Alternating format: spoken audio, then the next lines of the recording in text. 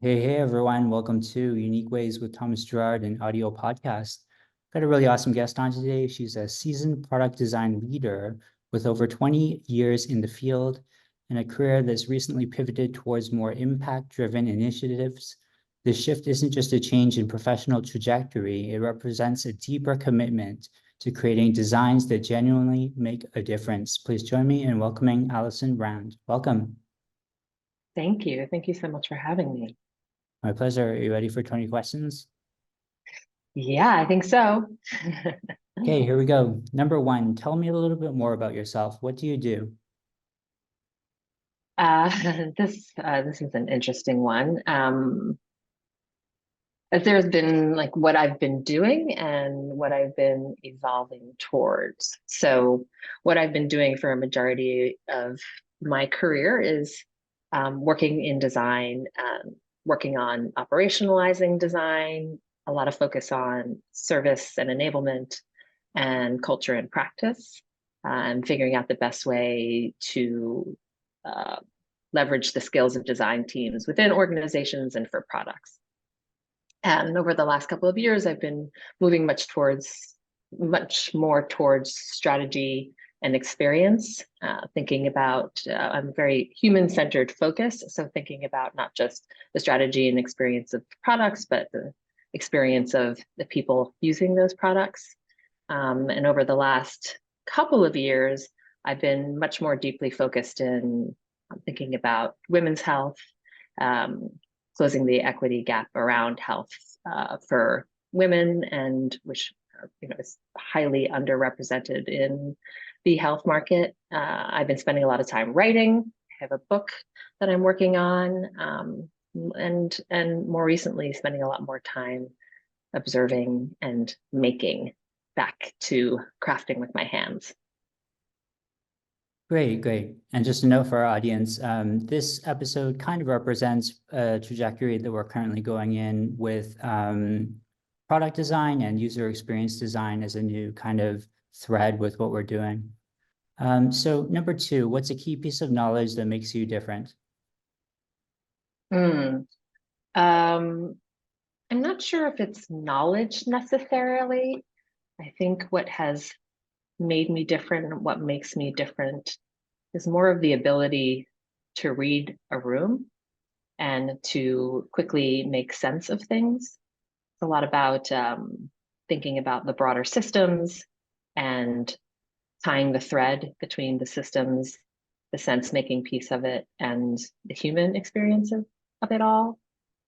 So I think that's really where my superpower lies, less about common knowledge or academic knowledge and more about experiential knowledge.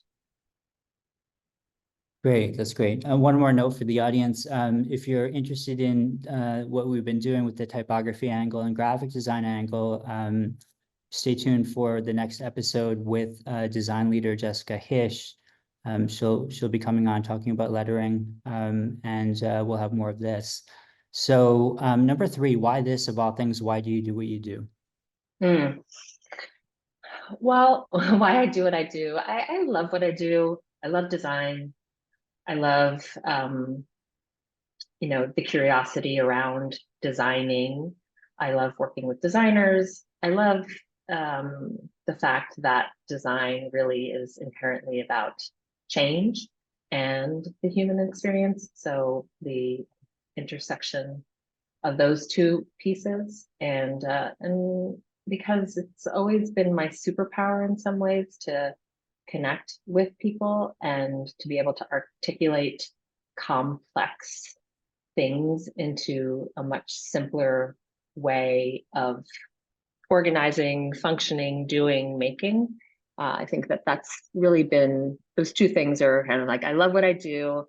And I think over all of these 20 plus years of doing it, it's not even just the years of experience, it's also, I feel like, kind of inherent to who I am, and being that my superpower is connection and understanding.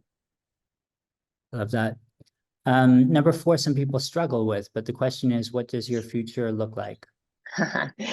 People struggle. Yeah, of course. I mean, honestly, I stopped thinking about that. Um, over the last couple of years. I think I'm sure a lot of people have, similar experiences in that COVID stopped everything in its tracks, and there's so much ambiguity around what the future would hold. I've been really comfortable my entire life living in ambiguity, and I think that's been really helpful in translation to my career, because so much about designing is really, what is the problem we're trying to solve, and working backwards from that, but not knowing where you're going to end up. And so I think over the last couple of years, and certainly being much more focused about where I am in midlife, I've really stopped thinking about my future and started thinking more about, my present, and trying to just be more present. Stop trying to, I mean, I love to future cast in terms of, when we're talking about technology and design, but for me personally, I don't know. Great. And number 5, we say, is unique to this show. And the question is, let's talk about location. How does the notion of place play into what you do? Yeah, I love this. I love this. Because I've been thinking about locations so much these days as I left New York City, which is where I was born and raised. I lived, 47 of my 49 years, or something like that.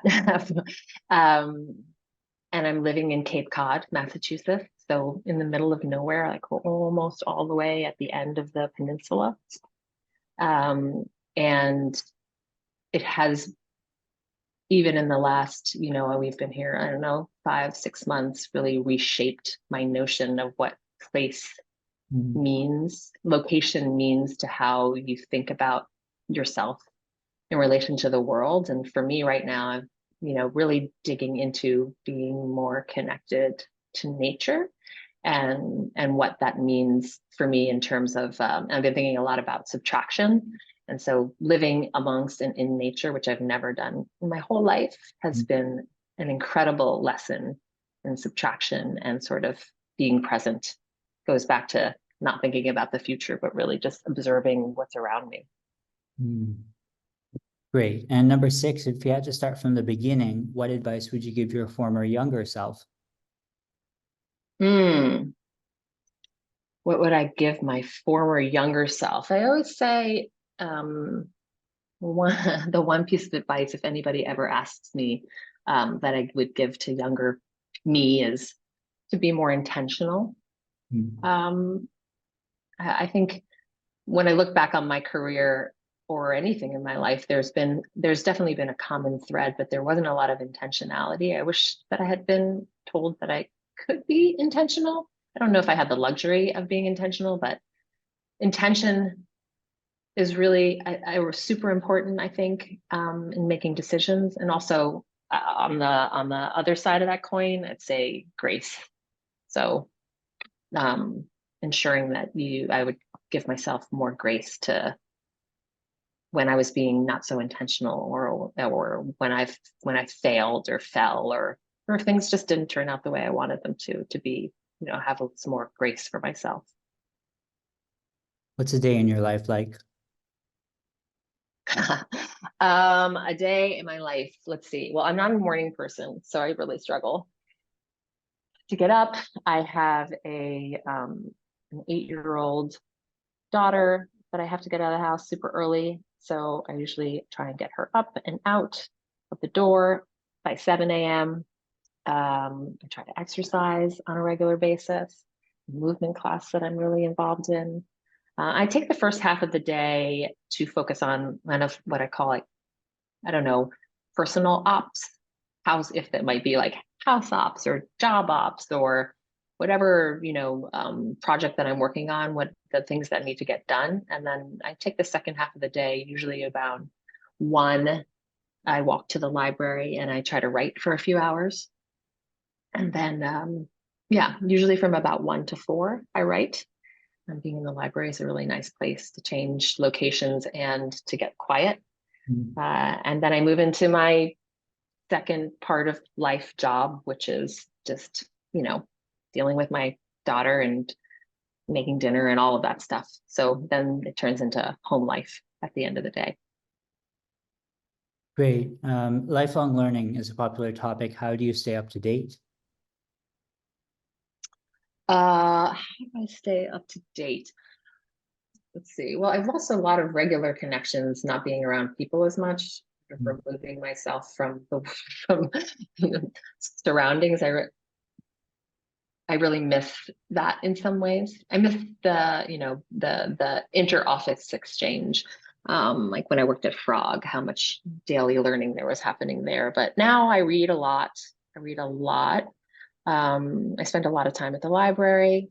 I spend a lot of time, I actually still, I try to spend more time focusing on personal relationships when I talk to people. And I feel like I learned so much through that. But I also try to be varied in what I read, but how I'm learning. So again, I'm trying to spend more time outside and learning from nature and using that curiosity to really kind of go deep in understanding the system, the ecological systems around me, and just feeling more from the world in the physical space.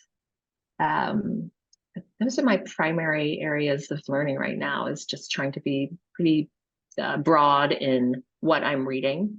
I've been reading a lot of poetry, which I feel like for the first time I'm finally starting to learn from and grow from. And then of course the regular things. I like to read a lot of, in terms of varied perspectives on what's happening in technology, but temper that with what's happening in nature.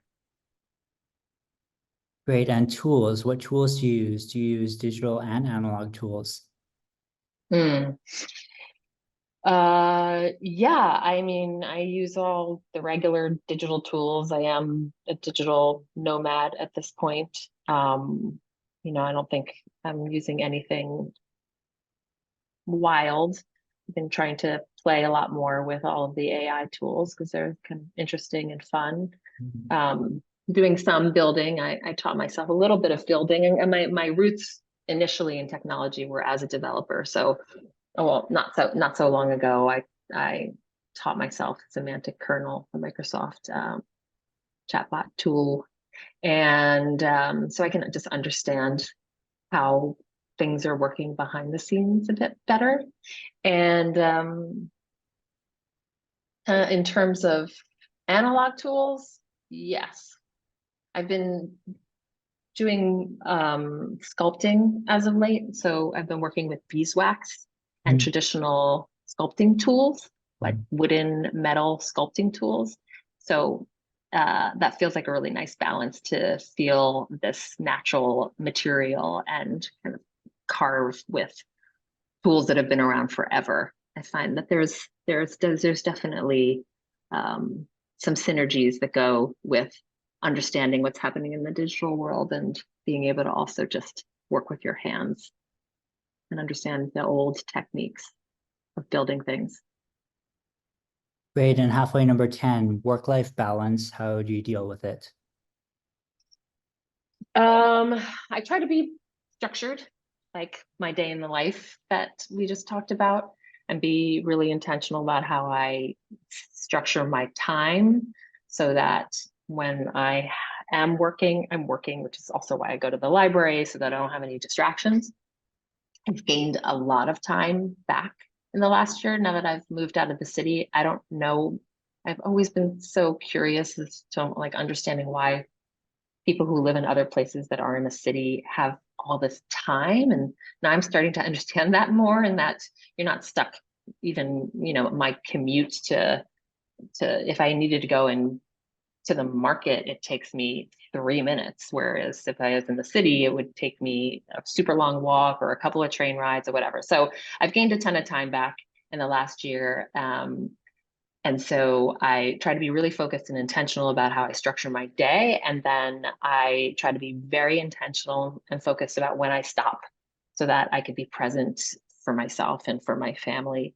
And then also, make sure that I build in time for myself every day. That's just me time. If it's through movement or through watching TV or just reading, or so I'm pretty like operationalize how I chunk out my day to make sure. And I've been fortunate too, in that I've been working from home for a long time. I started working from home, I think around 7 years ago at Automatic. And it was really a struggle when I first started to have boundaries in my life around work and personal. But I think because I've been doing it so long, I've figured out, and I've gained all this time back. I've gotten into a better groove around setting boundaries around each of those things, work and life. Great. And I think we have a nice segue with number 11. If you weren't doing what you do now, what would you be doing? Mm. um, I'm not totally sure. Maybe I'd go to school again and study something I want to, um, or yeah, be more thoughtful about what it is that I would want to be studying. Um, Maybe making more, focusing on building things more, doing more exploring. That's probably, if this is like I don't know if this is in an ideal world scenario, or if it's like if I could choose a different path scenario. But I think if I had a choice, I'd probably, be spending more time delving into my curiosities and making a lot more things. Great. And what would you not like to do with your career? Not like to do with my career. Become complacent, I guess. I feel like there was a long period of time in my career where I was stuck making lateral moves, or just even stuck in the same position for a long time. And it was uncomfortable, but also comfortable. And I feel like I let too much time pass in a certain way, but I also felt a little stuck. So there is a comfort in knowing how to do your job really well and just being like, okay, I could do this really well. It's like I could do it with my eyes closed. I don't need to really think about it too much. Um, and then I prefer to be a little more uncomfortable and try and push myself to do different things at this point in my life and leverage what I've learned and what I'm good at, but also apply that to different areas. So I don't ever want to become complacent again. How about a favorite word, quote, or sentence? Um, I think this is really hard, but I was thinking about this, and I have the one that sticks out to me, has been sticking to me these days, is a Mary Oliver quote, poet. Tell me, what is it you plan to do with your one wild and precious life? I love that quote, or a That's, line from her poem. I love that. And how about a least favorite word, quote, or sentence? My least favorite word is grind. I Hmm. don't like anything that has to do with hustle culture. Hmm. How about one word to describe yourself?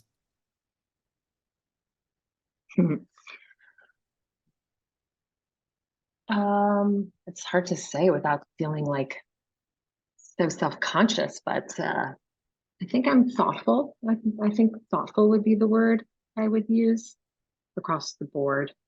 I think it's a good word for me. Great. And what keeps you up at night? Worrying about my children, Hmm. the only thing really that keeps me up at night. Do you have a dream you're chasing?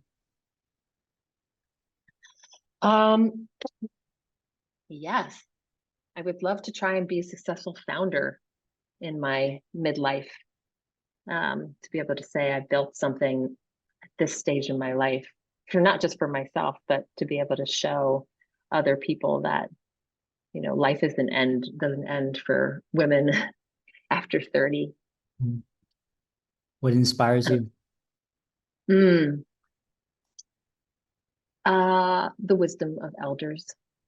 I find myself, I think when you're younger, you feel like you know everything. You don't really want to listen to anybody around you. But for me, as I've gotten older, all I want is to hear from other people older than me, wiser than me.